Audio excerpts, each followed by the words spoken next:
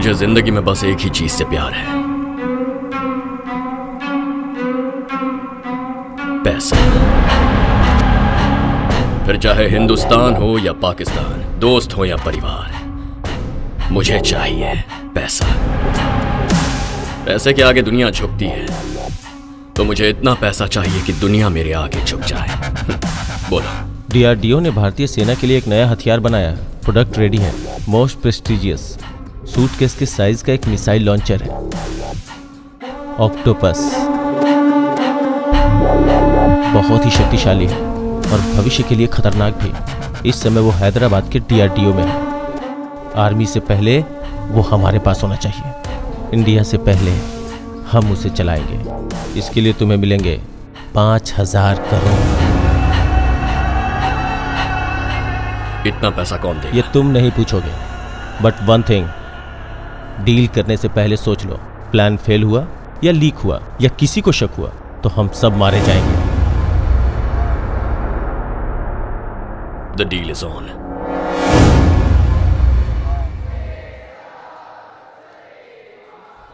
हाँ? हाँ। किताब को तो सीधा पकड़। जय, डीआरडीओ ने सारे मिसाइल्स कब कब बनाए थे? अग्नि 89 में, पृथ्वी 94 में, त्रिशूल 92 में, आकाश 90 में, शौर्य 2011 में और ब्रह्मोस्त्र 2001 में। मैंने भी बहुत पढ़ाई की है, पर इसने तो किताबें ही चाट डाली हैं। आईएएस की तैयारी भी मैंने इतनी नहीं करी थी। आईबीसीएम क्या होता है? आईबीसीएम नहीं, आईसीबीएम है, मतलब इंटरकॉन्टिनेंटल बैलिस्टिक मिसाइल। अपने एक छोटे से एग्जाम के लिए हमारी नींदें क्यों हराम करने पे तुला हुआ है? ये मेरे लिए एग्जाम नहीं है, इट्स माई ड्रीम।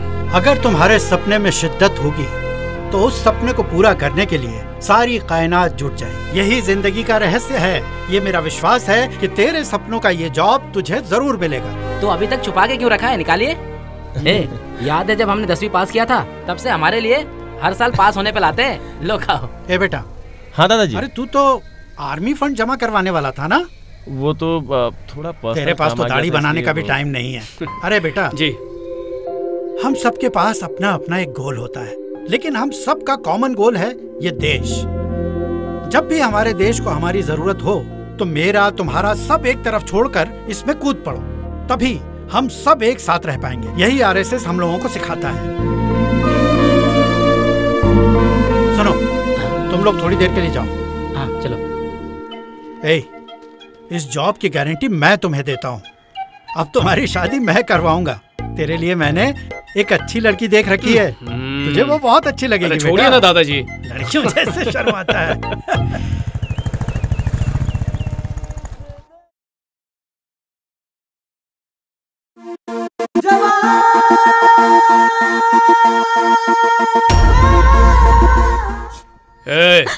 क्या हो रही है?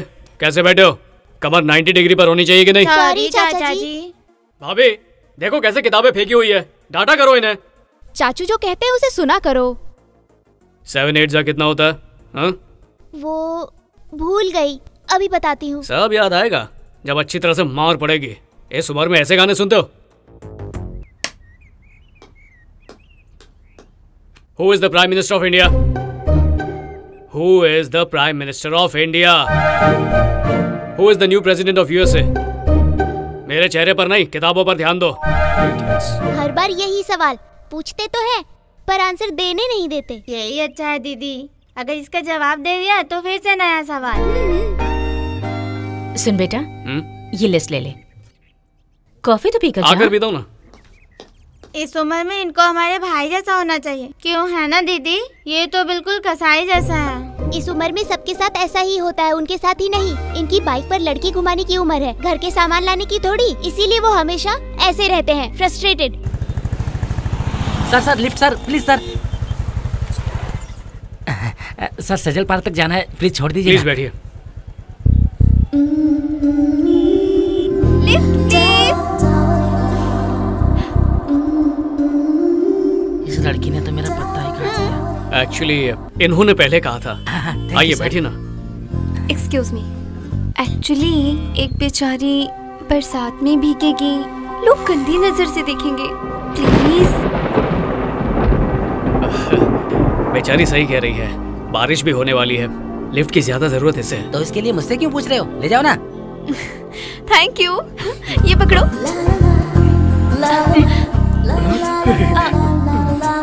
जरा पीछे सरको। इतना नहीं, थोड़ा और पीछे सरको।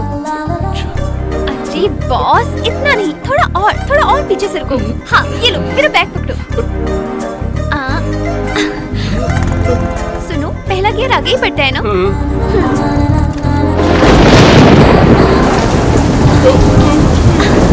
कहाँ जाना है मैडम? जब बरसात होती है तो मेरा मन करता है कि मैं बाइक चलाऊं। तो जब बरसात रुक जाएगी ना, फिर डिसाइड करेंगे कहाँ जाना है। कोई गर्लफ्रेंड है क्या? गर्लफ्रेंड नहीं है। अब तक कितनी लड़कियों को बाइक के पीछे बिठाया है? माँ के अलावा और किसी को नहीं बिठाया। मैं पहली हूँ क्या? हाँ, तो पहली हो। ये हूँ। कैसी बातें कर रही हो? सॉरी यार, मुझे लगता था लड़के जानबूझकर ब्रेक लगाते हैं, लेकिन इसे लगाना पड़ता है। लगाना पड़ता है।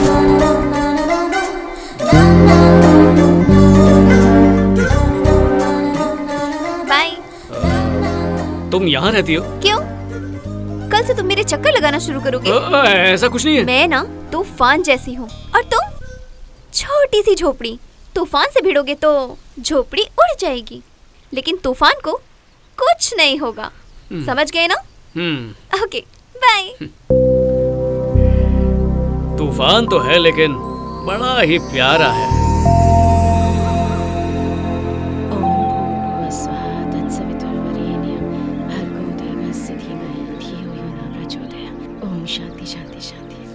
Which gas is pure? Oxygen. Which metal evaporates from solid state without being liquid? Sodium. 8085 is how many bit processors? B-bit processor. Coldest planet in this universe? Pluto. Pluto में अभी क्लैरिटी नहीं है, इसलिए ये सवाल शायद नहीं आएगा। तू जवाब दे बस। Banker's algorithm is used for? Date of evidence. Global warming is due to? Increase of CO2. दादाजी चाचा से वही क्वेश्चन क्यों पूछते हैं जो वो जानते हैं?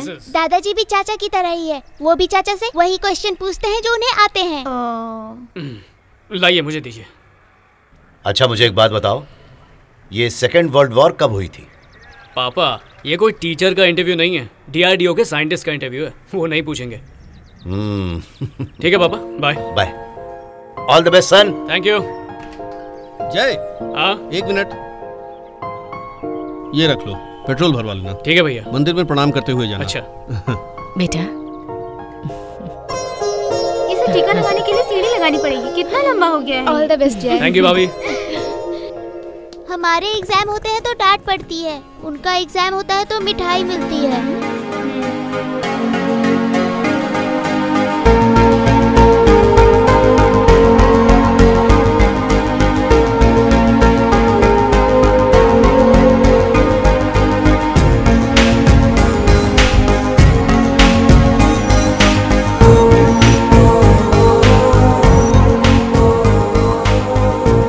ये सेकेंड वर्ल्ड वॉर कब हुई?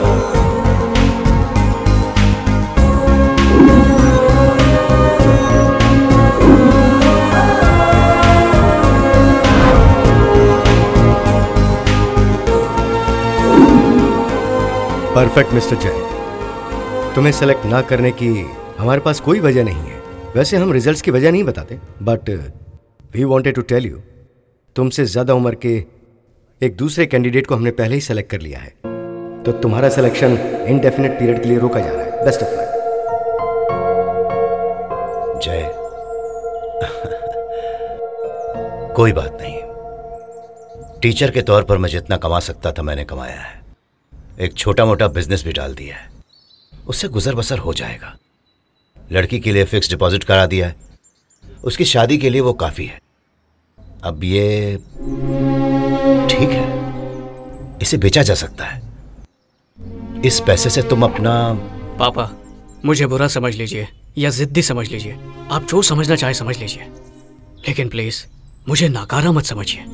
मैं पहले से बहुत दुखी हूं। मेरे कहने का मतलब वो नहीं था। एक रास्ता बंद हो तो उसके लिए दुखी नहीं हुआ जाता, नए रास्ते की तलाश की जाती है। I think bigger things are waiting for you in life. All the best. Thank you पापा। Thank you sir.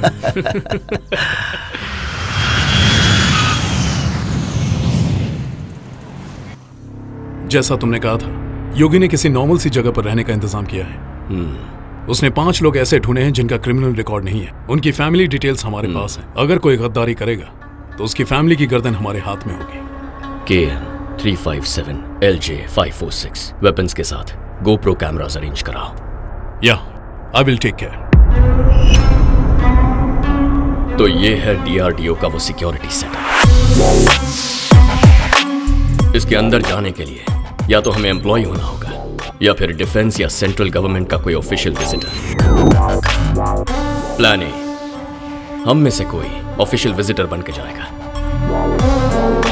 अंदर कहीं भी जाने के लिए we need an all access pass, और उस पास पर डिफेंस मिनिस्ट्री का स्टैंप होना चाहिए। हमें कोई स्टैंप एक्सपर्ट ढूंढना होगा। इसमें कोई रेगुलर एक्सपर्ट नहीं चलेगा, क्योंकि 1950 में आइवरी हैंडल की लेदर स्टैंप होती थी। It's very unique. उसके बाद हर जगह रबर स्टैंप यूज होने लगा, पर इंपॉर्टेंट पेपर पर अब भी यही यूज होता है। इस स्टैंप को बनाने वाला एक आदमी रिटायर होकर अपनी दुकान खोल चुका है। योगी की इंफॉर्मेशन के मुताबिक वो आदमी यहीं चार मीनार के पास है, उससे बात करते हैं। सोमवार की सुबह वहां काफी भीड़ होगी, तभी उससे पूछ सकते हैं। नेक्स्ट मंडे ट्राई करो। Okay sir. तुम दोनों इसे फॉलो करना। Okay sir. तुम एक सेल फोन लो, उसमें प्रीपेड सिम डालना। एक बार पास मिल जाए तो ऑपरेशन शुरू कर देंगे।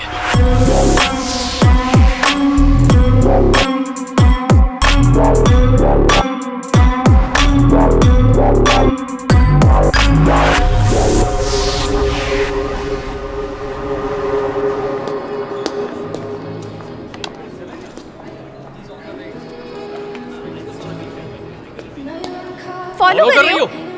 पहले मैंने बोला था, पहले मैंने बोला। भार्गवी, जय। मैंने पूछा क्या? पेंटर हूँ मैं। क्या हुआ? तुम कुछ नहीं करते? ओह, तो निकम्मे हो। कुछ तो बोलो। मैरिड हो? हाँ? I'm not looking young. How could you say that? ओह, मतलब बॉयफ्रेंड होगा ही।